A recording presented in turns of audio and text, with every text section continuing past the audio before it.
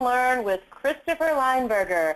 We're very excited to come to you this afternoon and thankful that you have joined us for this lunch hour on a fabulous topic. We're really looking forward to getting down into the nitty-gritty and hope to have some questions for you and make this interactive at the end of the presentation today.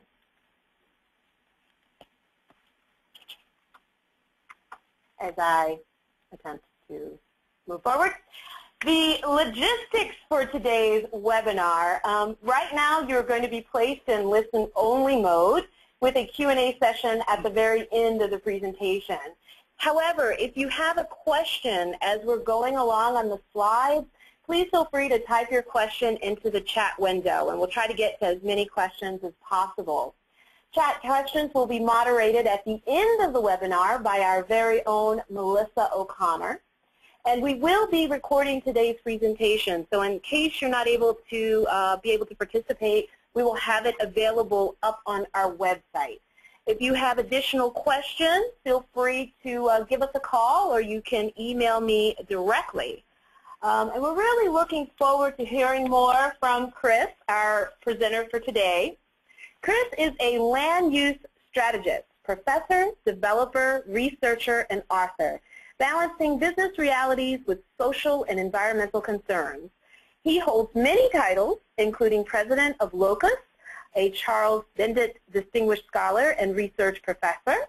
He works at George Washington University School of Business, a Senior Fellow at the Brookings Institution, and very well loved by people here in our staff, and is a founding partner of Arcadia Land Company.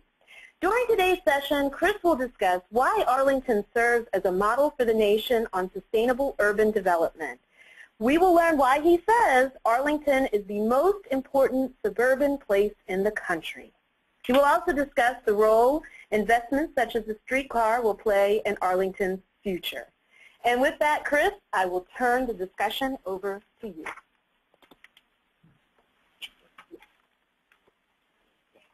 Good afternoon, Arlington. Hey. I always like to come see you, see what's happened here since the last time I was here, about 2 weeks ago,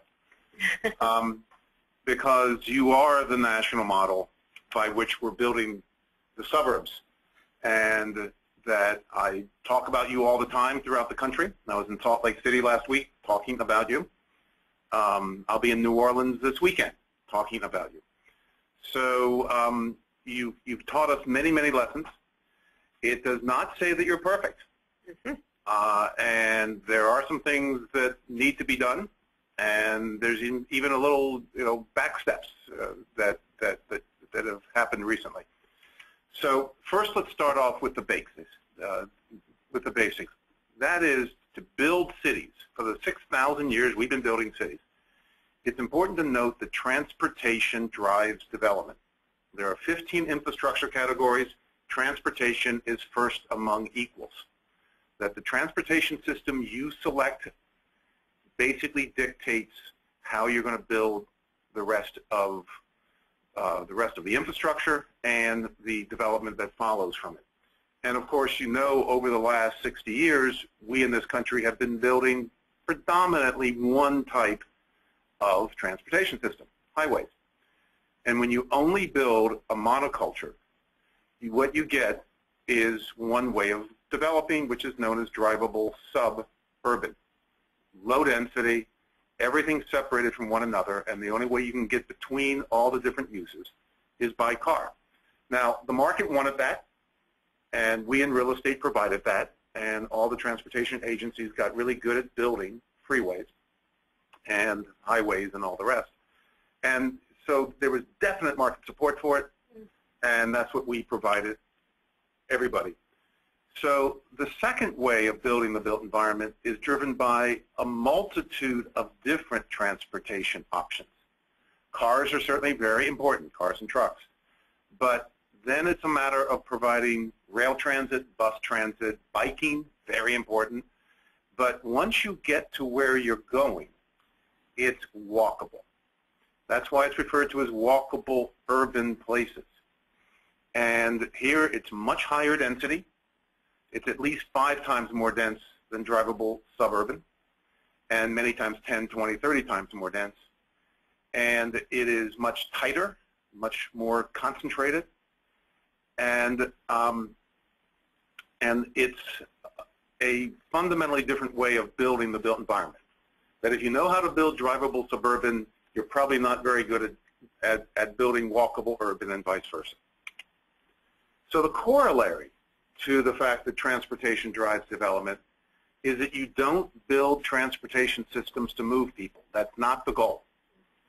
And that's been one of our challenges as a society, is that the transportation engineers who are given the mandate to build the transportation systems, they think it's all about moving bodies, moving goods. That's not the goal. The goal is economic development. The means is by moving people. And by confusing the ends and the means, we've invested billions of dollars that we should have not invested. We have made a lot of mistakes.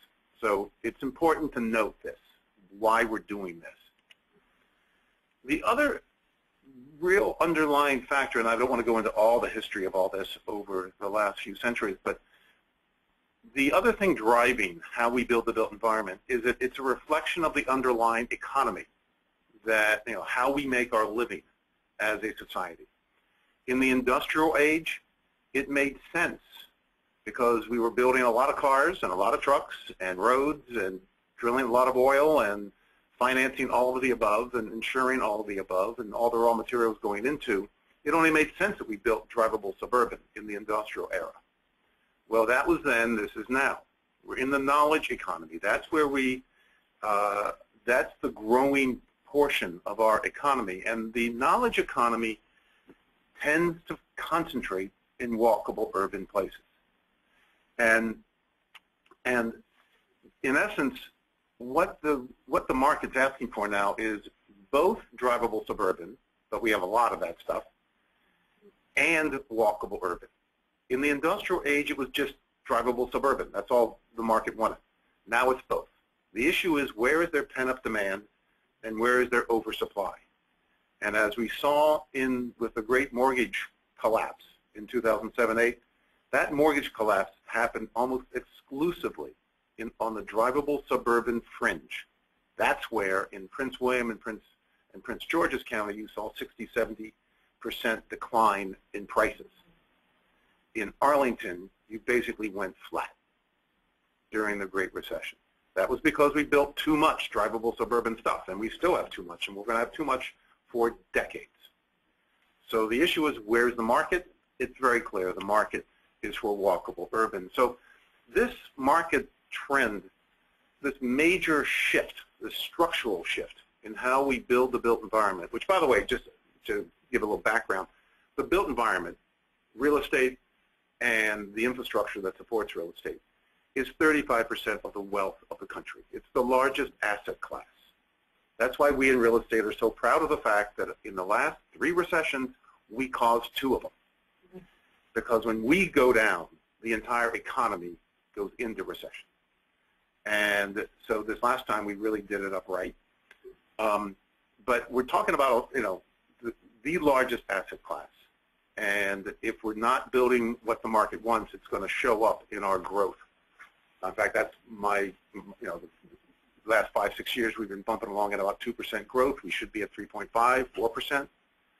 It's because we're not building what the market wants. We're not putting in the infrastructure the market wants, rail transit, bike lanes, that's what the market wants. And we're not building the high-density walkable urban stuff, which is what the market wants. So that 35% of the economy is just kind of on break, and it's not driving the economy. It's not creating the jobs that we need. Anyway, so back in the mid-90s, we began, the market analysts out there. At that point, I owned and ran a company called Robert Charles Lesser and Company. It's based in Bethesda. It's a national real estate consulting firm looking at market trends. And back in the mid-90s, we began to see some weird things happening, that the market began not to demand, like they had for decades, drivable suburban, but more and more they were asking for walkable urban products as our downtowns came back, as Arlington came back. So who's who is driving this? What's the underlying demographic driving it? We know who to blame. It's the damn kids. It's the kids' fault.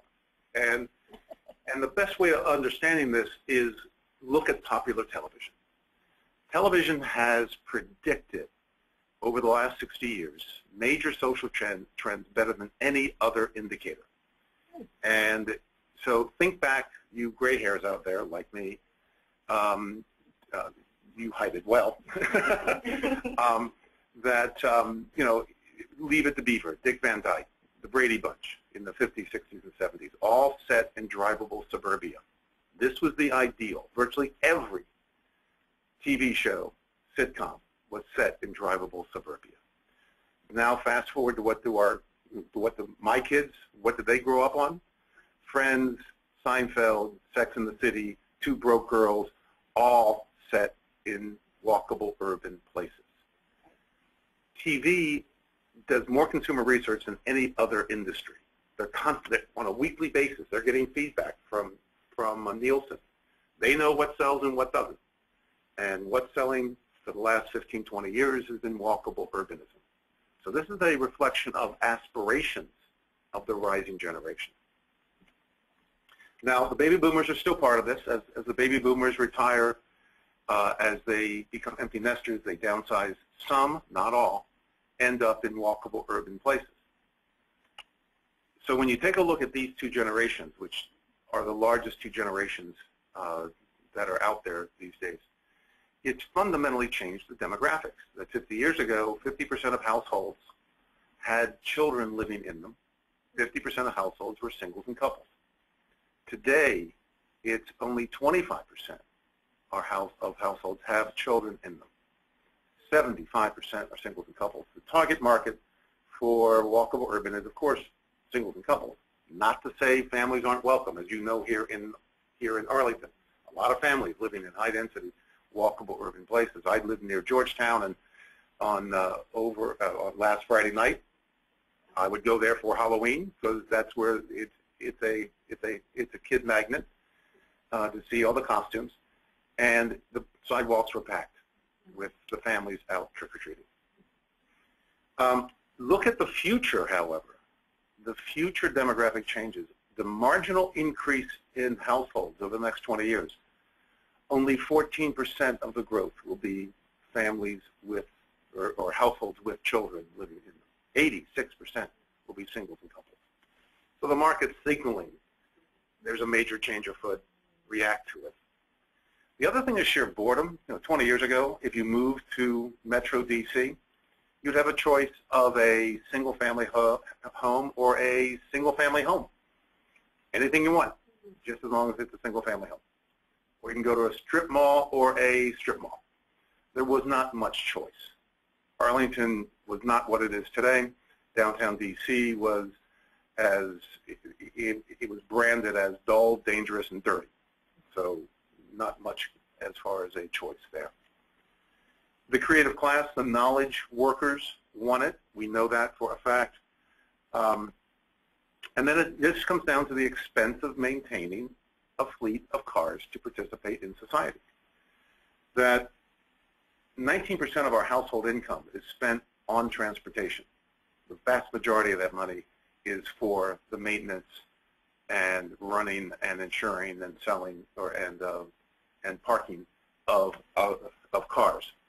If you disaggregate the data, the drivable suburban households, 25% of their household income is going to the fleet of cars.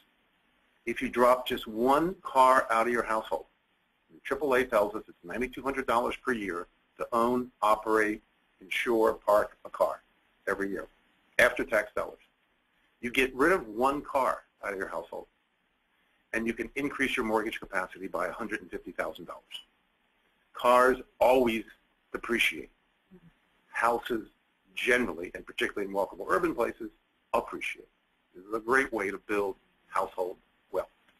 The other thing to note is that of that $9,200, over 90% leaves the metropolitan economy. It goes to Detroit and Stuttgart, and it goes to our friends in Venezuela and Saudi Arabia who sell us the oil. when you drop it into your house, say, or into your education, or however you choose to spend that money that you've now saved, that $150,000 worth of mortgage of capacity, that money stays local. It's a tremendous economic development benefit to the region. Now take a look at the walkable urban households. They spend 9% on average of their household income on transportation. That 16% difference at the national economy level is $900 billion per year in spending. It's a chunk of change. Now, the best sign that this structural change has taken place is how much do we drive? Because we know over the last 100 years, there's an iron rule in economics that as gross domestic product goes up, the amount we drive goes up in a one-to-one correlation. So GDP goes up 3%, vehicle miles traveled, which is the most common way of measuring the absolute amount of driving that we do, goes up 3%. If we go into a recession and we drop 1% in growth, VMT goes down by 1%. Until the mid-90s, when those lines that nobody would have guessed began to diverge. And in fact now, in spite of the fact that we're growing about 0.7 of 1% per year as a society as far as population growth, we peaked in absolute driving in 2004. So we continue to grow in population, but driving is in absolute terms going down, and on a per capita basis, it's down about 10%. The young people who are driving this trend, their peak driving peaked in 2001 when gas prices were cheaper than they've been in 60 years in real dollar terms. Remember gas prices at $1.50 in 2001? That relates to, I mean, in real dollar terms, that's what I paid for at high school, 25 cents a gallon. And that's when young people, 16 through 34, chose to drive less, and their driving is now down by 33% per capita in absolute terms. So that's falling off a cliff from a social science point of view. And the reason is that the knowledge economy doesn't need cars and trucks as much to move its product. The software that's running this PowerPoint, I got wirelessly. There was not a truck or car trip connected with it. Now, the other thing we know is that as you build more walkable urban places, you end up with a metropolitan workforce that is highly educated. Again, I mentioned that the knowledge economy is demanding walkable urban places. And this chart here, the green dots, are the 6 most walkable urban places in the country as far as metro regions. And the one in the upper right-hand corner, that little green dot up there by its lonesome, is Metro DC.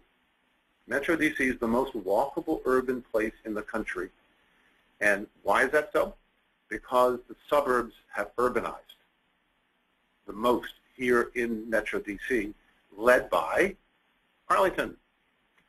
That's why I'd like to talk about Arlington so much, because without Arlington, this would be in essence where Boston is, which is the number 2, which is further to the southwest on that chart. So what we know that those 6 green dots are the best, highest walkable urban places in the country. And now I do want to mention that this is a correlation. We don't know causality here. We just know that they correlate very highly. R square of 0.65, 0.7, very high correlation. But the percent of the workforce that have a college degree, if they're over 25 years of age, and they have, that 39% of the 6 highest ranked metros, their workforce have their college degree. In DC, it's 48%. The lowest ranked metros, the 10 lowest, which are the red dots in the lower left-hand corner, they have an average of 29% of their population has their college degree. Now that translates directly to GDP per capita. That we know there is a causal link between education and GDP. And of the 6 highest ranked metros It's over $60,000 per year GDP per capita. The lowest ranked, it's about $44,000 for the lowest 10. That's a 38% premium for the walkable urbanism that DC has, or Boston, or Seattle, or Portland, or Denver, or San Francisco. Those are the places that are the most walkable. They have a 38% GDP premium. That's the difference between Germany and Romania. That's the difference between a first world country and a second world country. This has serious economic implications for our economy, both regionally here and throughout the country. Now, the issue with smart growth and walkable urbanism, and you know this well here, because again, you're leading the country, is that it's fundamentally different. That over the years, we in real estate and the public sector that lays down the rules and invests in the infrastructure, we got good at driving NASCARs, which is you go straight or turn left. It's somewhat ironic that NASCAR drivers always turn left from a political point of view. What we now have to understand is how to fly fighter jets, which go straight, turn right, turn left, go up go up 5 miles at 600 miles per hour, or crash and burn in seconds while you're being shot at. It's a fundamentally different skill set, much more complex, much more risky. That's why I say that these two different ways of building, if you're good at drivable suburban, you're generally not very good at walkable urban unless you've really retooled yourself fundamentally. That goes for the public sector as well as for the private sector.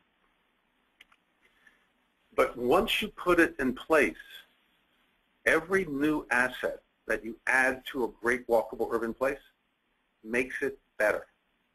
As you add more, the quality of life goes up, the economics go up. You start an upward spiral. It's known as a virtuous spiral. And property taxes go up. Also, all sorts of positive economic benefits. That's not to say this is all a free lunch. The problem is social equity. How do we deal with the gentrification? Because this is otherwise known as gentrification. And so, but this is a nice gentrification because we're going to have lots of resources. And that's one of the things you've also taught us, that you've recognized the affordable housing, accessibility, which is the two components of social equity, that you've put serious resources, maybe not enough, but a whole lot more than almost anybody else in the country, towards addressing the affordable housing, accessibility challenges of these places as they go up this virtuous cycle. So here are this little for-sale matrix. On the left-hand side shows the two ways of building the built environment, walkable urban, drivable suburban. On the top are the two ways to economically use land. The one on the right, local serving, these are bedroom communities. This is where most of you live. The regionally significant use of land is where we make our money. It's where we create the wealth. And so you've got two economic uses of land, two forms, simple four-cell matrix. Those four cells are 100% of the land use in the region. And during the late 20th century, we basically built just drivable suburban edge cities or bedroom community subdivisions, basically.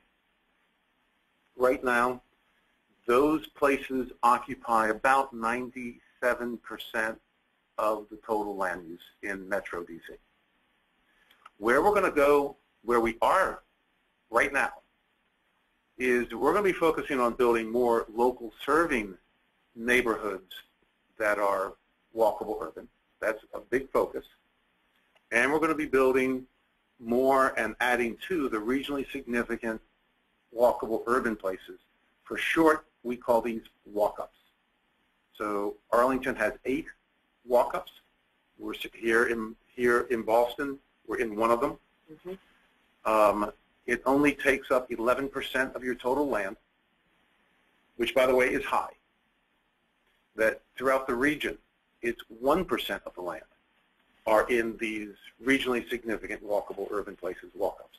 So you've got a lot of it, which is why your tax base is so healthy, because you've got so much, relatively speaking, of your land, and it's only 11%, but it's powering your fiscal health. So where are the walk-ups? Again, regionally significant walkable urban places in D.C. Well, there's 46 of them right now that take up, that's the 1% of the land. The first, of course, is downtown. And by this, we count downtown as both the downtown area that the downtown D.C. Business Improvement District runs and Golden Triangle. That's downtown. Then we have the downtown adjacent places. These are the places that I personally like. I live in DuPont, and these surround downtown, and they each have their own character. Most of these were slums 20 years ago. Now they've come rapidly back. Obviously, Capitol Riverfront, Noma, but even DuPont 25 years ago. When you talk to people that were there were like literally 3 restaurants and a murder every 2 weeks. So, you know, obviously things have gotten a whole lot better. Then there's urban commercial. 8th Street, Adams Morgan, Columbia Heights. These are places where locals serving 100 years ago. Grocery stores were there. Many times they got burned out. They're all coming back as regionally significant now, walkable urban places.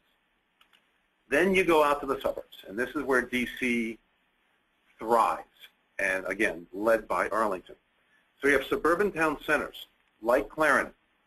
Clarendon was your suburban town center. That's where the trolley stopped and turned around when it came out from the district.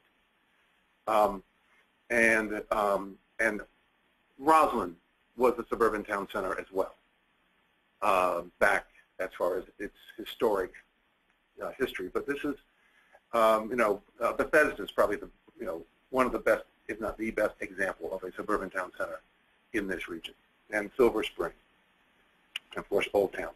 Here's the biggie as far as the suburbs. It's the conversion of drivable suburban places, led by the monster to your west, Tysons, number 37, which obviously just got 4 metro stations. Tysons is breaking up into 4 different walkable urban places around each of those metro stations. Tysons is 2,400 acres in total size. The Roslyn-Boston corridor totals 1,100 acres, and you've got 5 walk-ups there. So obviously, 2,400 acres is far too big. Nobody's ever going to walk that much. The average size, by the way, of these walk-ups in this region is 408 acres each. And then finally, there's suburban town centers. These are where you just add water and poof, you have instant urbanity. The best model, of course, in the country of this is Reston Town Center. And the newest one, of course, is National Harbor. The Chinese specialize in these things. We don't need to. We have plenty of land. We don't need to do that many greenfield sites. They're very risky. Milt Peterson, who did National Harbor, has taken his 50-year balance sheet and the money he's made for 50 years and plowed it into Reston Town Center, and his grandkids are going to do very well. But it's a gutsy play that he's done down there. Now, 80% of these places are rail transit served. And again, transportation drives development. The interesting thing is that 20% are not. So Charlington is not rail transit served. So it can be done without rail. It sure is a whole lot better if you do have rail. And the reason for that is that rail, whether it's streetcar, light rail, heavy rail, not necessarily commuter rail, by the way. Not all rail is equal. It implies on the part of society a permanent commitment to place, which gives a lot of confidence to the private sector to invest there. I have seen billions, tens of billions, hundreds of billions of dollars invested at rail stations. I've yet to see one private dollar invested at a bus stop. Again, remember why we do this stuff. That transportation drives development. And it's for economic development we're building this stuff. We're not doing it to just move people. And in this country in particular, buses have a miserable franchise. middle-class folks don't like buses. Now, we've done, we've tried to tart up some of these buses, and the buses coming in from Loudon are doing pretty well and all that good stuff. But what they really want is rail transit. And, riding buses is unfortunately viewed as something that poor people do. Now, that's not the case in Europe. It's not the case in South America. It is the case here. So deal with what the, market perception is reality. And the market wants rail transit.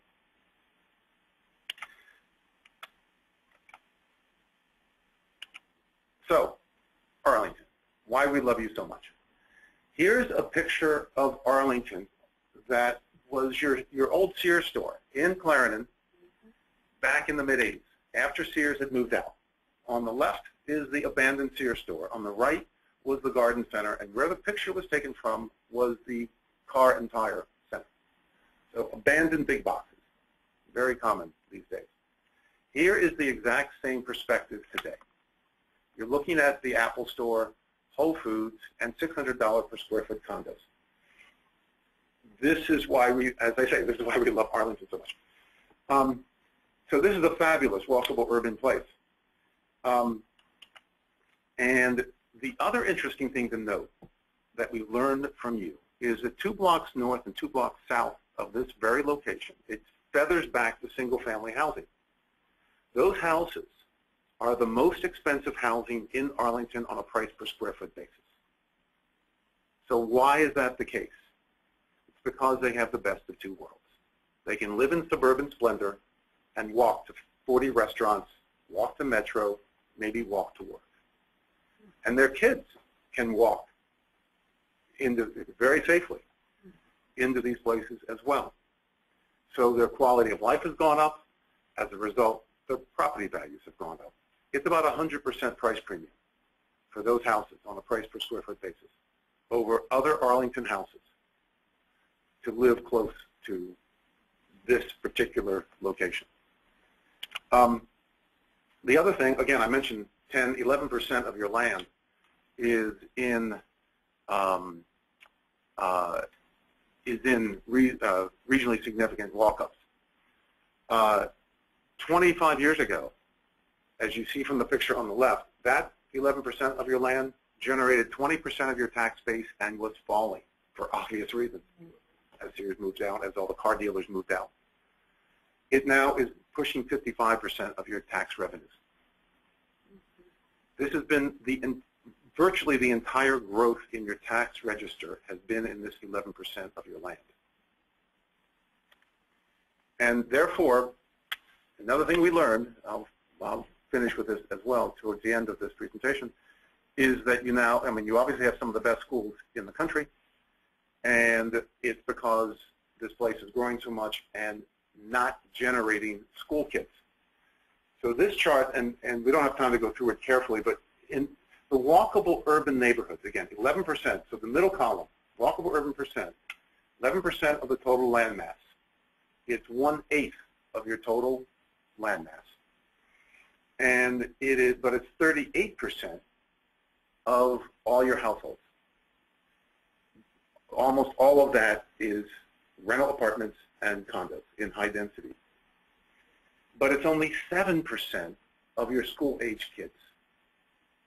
That, in essence, the school generation rate, what the number of school-age children generated per household, is 1/13 the rate of the single-family neighborhoods.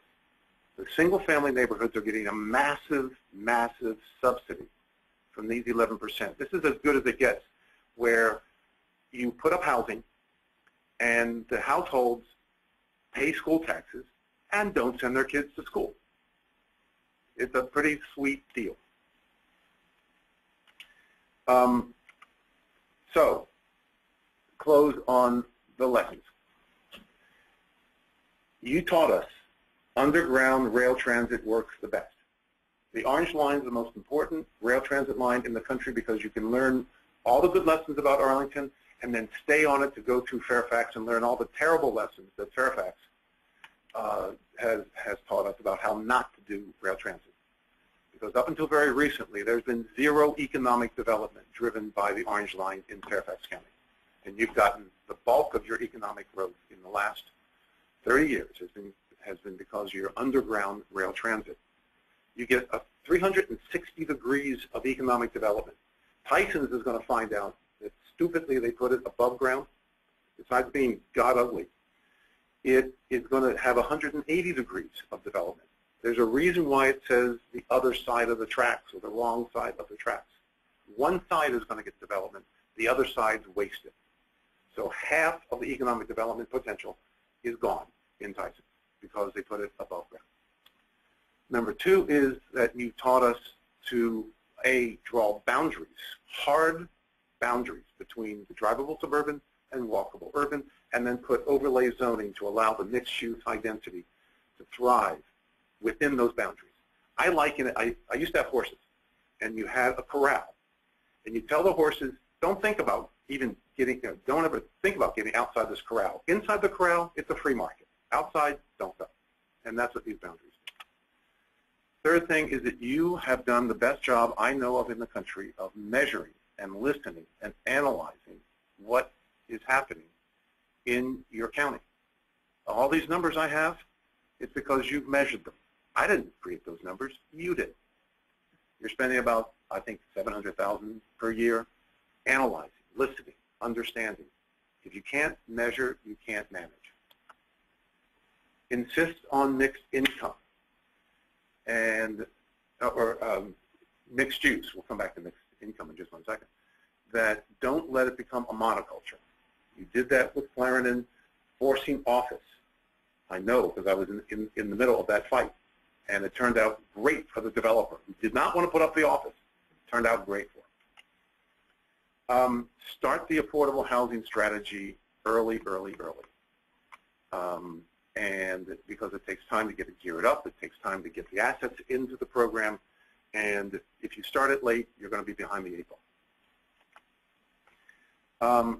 That you've shown that walkable urban development absolutely, and on a per capita basis, reduces traffic because you've counted. Wilson Boulevard has fewer car counts today than it did 30 years ago. That's stunning. Tripling in the square footage, the absolute car counts are down. As is the parking, that you had to build a lot of parking early on. Remember that in Boston, your mall was called Parkington. That was your mall in the 1950s. Advertising, you can park here. When you are converting from drivable suburban to walkable urban, you've got to put a lot of parking in up front in decks, which cost a lot of money. And then you don't have to build much at all because the parking ratios drop. 100% of your growth over the last 25 years has shown up by walking, by biking, by using Metro. On a net basis, none of it has shown up driving cars. As I mentioned earlier, that both walkable urban development subsidizes your school budgets, and it's not just the commercial; it's the rental apartments and the for sale condos. That nobody knew until you showed it in this country. It does begin to become a majority from a political point of view. That the Pew Trust just came out with a poll about 3 months ago saying basically, and this is not absolute terms, of course, but relatively speaking, it's men are from Mars and women are from Venus. Well, walkable urban people tend to be Democratic, and drivable suburban people tend to be Republican. And I wish it wasn't the case, but you have to deal with the facts. There was a congressman, you may remember, Congressman Davis out here, a Republican who worked against the Vienna transit-oriented development, and his logic, I quoted up here, is people that live there do not vote for people like me. And he was exactly right. So he was trying to fight high-density development. And focus on cores first, which is what you've done, and then corridors in between the cores. And that's what you've done as well in the Roslyn corridor, but now it has to apply to the Columbia corridor. It's the same strategy, different corridor.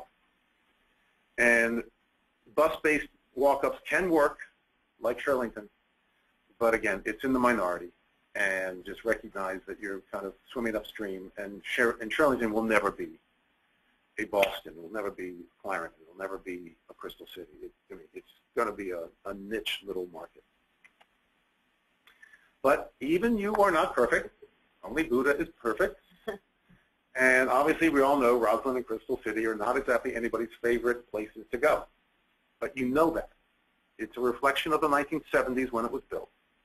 And Crystal City in particular, Angie Fox is doing a killer job and getting good support from Bernardo, the owner of 70% of Crystal City. And so you're retrofitting it and putting the retail in front of the building, bringing it out to the sidewalks and festivals and all sorts of great stuff, a lot more housing. You're not immune to competition, as you're dealing with right now. That you may have gotten a little fat, dumb, and happy, thinking that you're Arlington and nobody's going to beat you. Well, Carlisle's beat you on a lot of the recent moves as far as the federal agencies and as well as other walk-ups. Carlisle is in, of course, Alexandria. You were late to understand the role of independent place management. That place management, generally taking the form of business improvement districts, is a must. It's critical. It's like saying you could run Arlington County without a county government. You can't run great walkable urban places without 24/7 place management. And the best models are private sector funded nonprofits like BIDs, and you're late to the party. Your unanchored corridors need rail transit, i.e. Columbia Pike. Now, there is actually an anchor at the southern end of Columbia Pike, and that's Skyline. Skyline was built, you may not know this, Skyline was built to be metro served, and the developers got in front and built the high rises, and then, holy smokes, there's no metro. It's died since then. It is the same set of buildings that was built 30 years ago, and they've not had the money to reinvest. It's just appreciated over the last 30 years. The streetcar is going to help Skyline. That doesn't help directly Arlington, because it's in Fairfax County.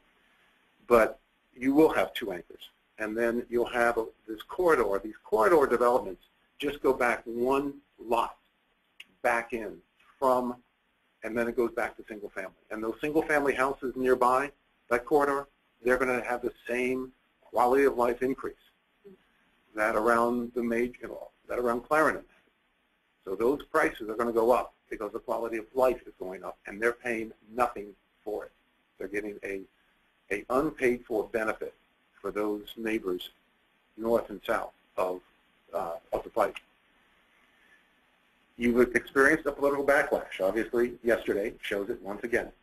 You're not doing the kind of communications to either the property owners up and down Columbia Pike, because they don't understand they're going to get a huge benefit without paying for it, or the residents. The private sector needs to be at the table to help pay for this thing. This is not this. 100 years ago, all the rail in this town was paid for by real estate developers to get their customers out to their projects. And it's the same economics then as now. Rail transportation, all transportation systems must be subsidized. There's not a transportation system on the planet that pays for itself. If you think they do, I've got a bridge to sell you. And so the private sector needs to be at the table. It's probably a third of the cost should be picked up by the private sector. That's the best model we see.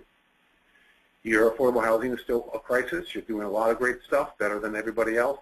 It's far less than you need to do. And you never got the students to locate here, but actually, that's tongue-in-cheek. That's a very good thing. Football stadiums are terrible investments. So, finally, besides correcting your shortcomings, what will Arlington teach us next? The need for lateral lines to connect the radial transportation, a la the Beltway of the 70s. That we've got a radial transportation system with the Metro Rail. We need to link them from a lateral point of view.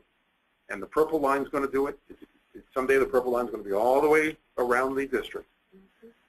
But the streetcars do that closer in.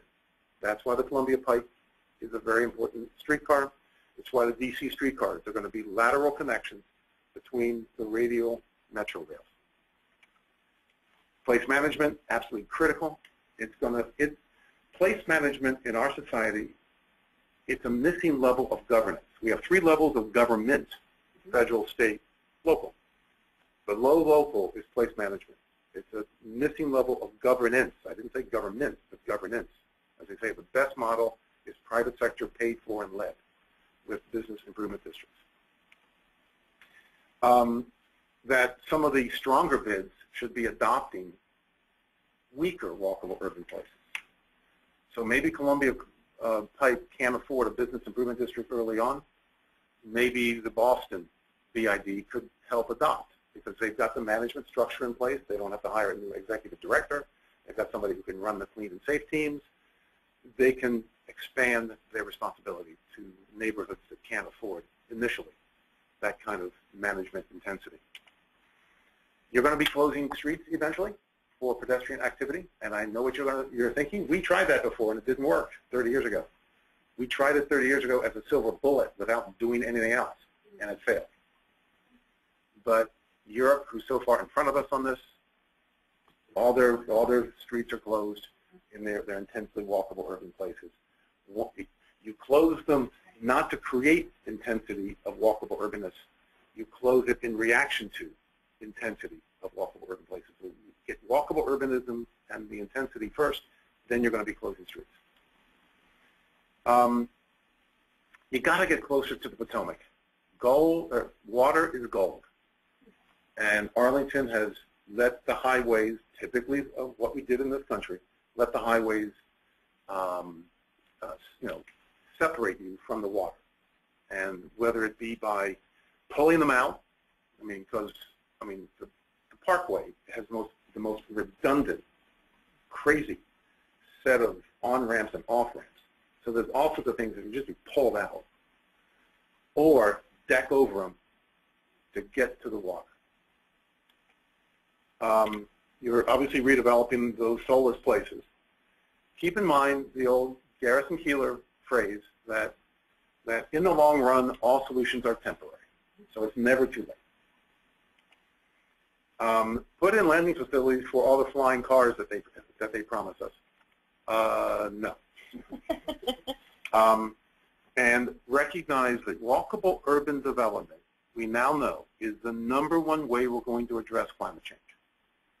That there's 14 things we need to do. The first among equals is walkable urban development. Walkable urban households have the lowest carbon footprint of any other way of living. You move it from a drivable suburban household out in Loudoun County into Arlington, you cut your greenhouse gas emissions from between 50 to 80%. And that represents 70% of all greenhouse gas emissions. It's the #1 way. So this isn't just for economic development purposes, not just because it feels good and you want to have great vitality. If you want to save the planet, build streetcars, build light rail, build heavy rail, build walkable urban. So walkable urban, it used to be a niche market. It is now the market, as Metro DC is now beyond sprawl. We're done with sprawl. And you all have shown the way. Thank you. Oh, yeah. Thank you so much. This was great information, eye-opening for myself in many ways. But I want to turn it over to our friend Troy Palma. Melissa he is our economic development guru here and used to work with Chris Leinberger for years. Troy, are there any questions that we have on the line? Yeah, first question, Chris, is a clarification question. You had mentioned some data related to Washington, D.C. Does that correlate similarly to Arlington, or does that include the Arlington? Does that include Arlington County when you are mentioning Washington, D.C. data? Yes. I tend to do all my research at the metropolitan level. So yes, Arlington is included in all that data. Great. A question from Bob. He wants to know regarding underground versus above ground rail transit. What are your thoughts regarding the the new development, such as in the Dunn-Loring area, the Merrifield area, that Mosaic District area? I know that project well, and when I mentioned that until recently there's been zero economic development, that's what I was thinking of, was the Mosaic project. And that's being done by a friend of mine, actually.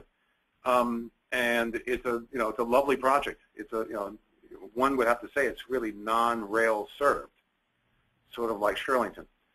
It does have a bus link, a circulator link to Metro, but we all know that anytime you have to have a transfer from rail to bus, you have a tremendous drop-off in the ridership. So, but that's a fabulous project. A lot of new residential has just opened up there, both rental and townhouse. So yeah, we're going to see more of that, but we would have seen that kind of thing happening along with Arlington if they had not put it down the middle of 66. The worst place to put it. Just like we're stupidly building the Dulles corridor down the middle of the Dulles access road. Because we only want to walk about 1,500 feet. That's where all the value is, all the value that we're creating with that heavy, billions of dollars to build the Silver Line. And you've got 1,500 feet from the station is where all the value is.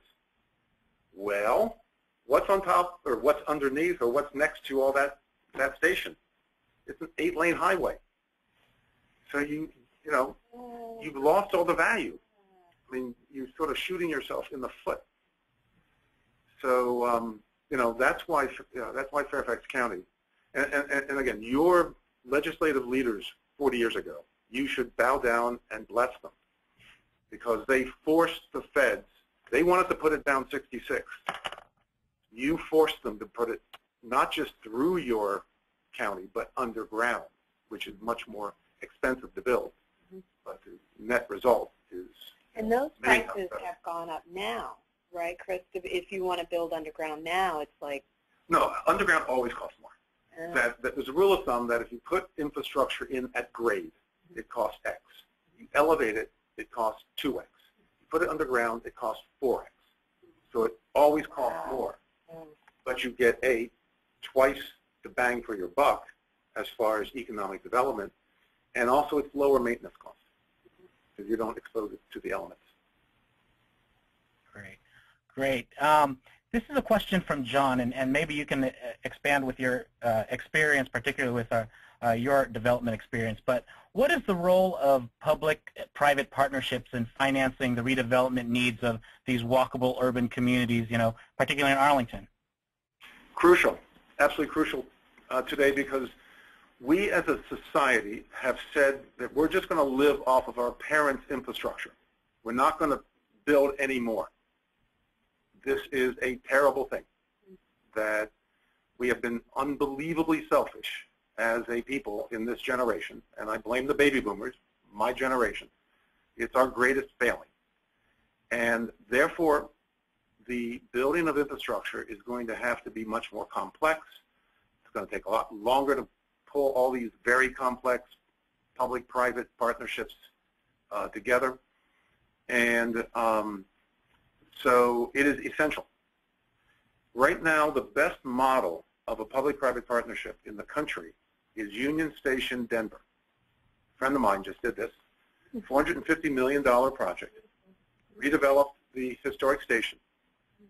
Did the entire nodal network for the rail, the freight, the passenger rail, Amtrak, the light rail all comes in there, the buses, all comes there, and then all the development that's going on around it. And from a financial point of view, how it worked is, of the $450 million, $300 million was borrowed at low rates from 2 federal programs at the Department of Transportation. These 2 programs, underutilized, provide very low-cost financing, 2.5% right now. And importantly, for you finance jocks out there, that you don't have to start servicing the debt for 5 to 7 years after completion. This is our infrastructure bank as a nation, but you have to pay it back. These aren't grants. Like, if you want to build a freeway, we'll give you 80% of the money. You want to put in rail, you've got to do it yourself. But the feds are saying begrudgingly, well, we'll lend you the money if you pay us back to build your rail. So Los Angeles is, by the way, from a regional point of view, Los Angeles has the largest rail transit system under construction right now. You may not know, this is kind of a nice cocktail fact to know. 1945, the metropolitan area on the planet that had the longest rail transit system was Los Angeles, shockingly. By 1962, they had torn it all out, gone, 17 years. They're now putting it back in. Oh. They have $50 billion that they've raised locally. They've taxed themselves because the feds are out of business. They've taxed themselves, and they're using these programs that I mentioned, these government loan programs. They have 5 rail transit lines under construction right now.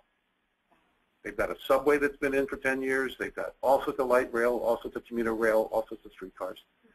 And they are just roaring forward. And it's really impressive. And you don't expect that from, car-loving Los Angeles. They like to drive. No, they don't like to drive. Well, no. I remember as a kid, my father, back in the 50s, would say on a Sunday, let's go take a drive. And we'd all bundle into the car, and wow, isn't that, and this is before air conditioning, we'd all go into a car and go driving. Would you ever do that today? Who would ever want to use a car if they didn't have to? Times have changed, like you said. Looks like we have time for one more question, Tara? Yes. Okay, great. The next question is from Caroline. She says, she's asking, can you comment on walkable urbanism and the need for parks and green space given the increased population density? Crucial. Parks are crucial. And by the way, besides being essential for high-density living, and that's why I said you've got to get to the river. I mean, you've got this incredible asset, and you can't get to it. Parks increase values. And so, the best park story, and this may sound a little not comparable to Arlington, but the best park story is Bryant Park in New York. Bryant Park, 6 acres, at 42nd Street, just south of Times Square. 20 years ago, had a $250,000 budget from the city to manage it as a park. And for that, the City of New York Parks Department got the best drug dealing center in Midtown Manhattan. It was very dangerous. Everybody turned their back on Bryant Park. Today, with 100% private money to rebuild the park and to manage the park day in, day out, they have a budget of $12.5 million, 90% generated from the park. And because the park is the best park in the country, all the property values around it have spiked. It's the most expensive office market in the country. It used to be a dump. And the park basically has paid for all that. Wow. And it just goes to show, I mean, this is where the private sector can do a much better job, generally speaking, than the public sector. Yes, that's true. And it just goes back to the concept of, gee, this is a line item on my parks budget, I guess I got to go cut the grass, to who can't make a lot of money if you have 6 acres on 42nd Street? Okay.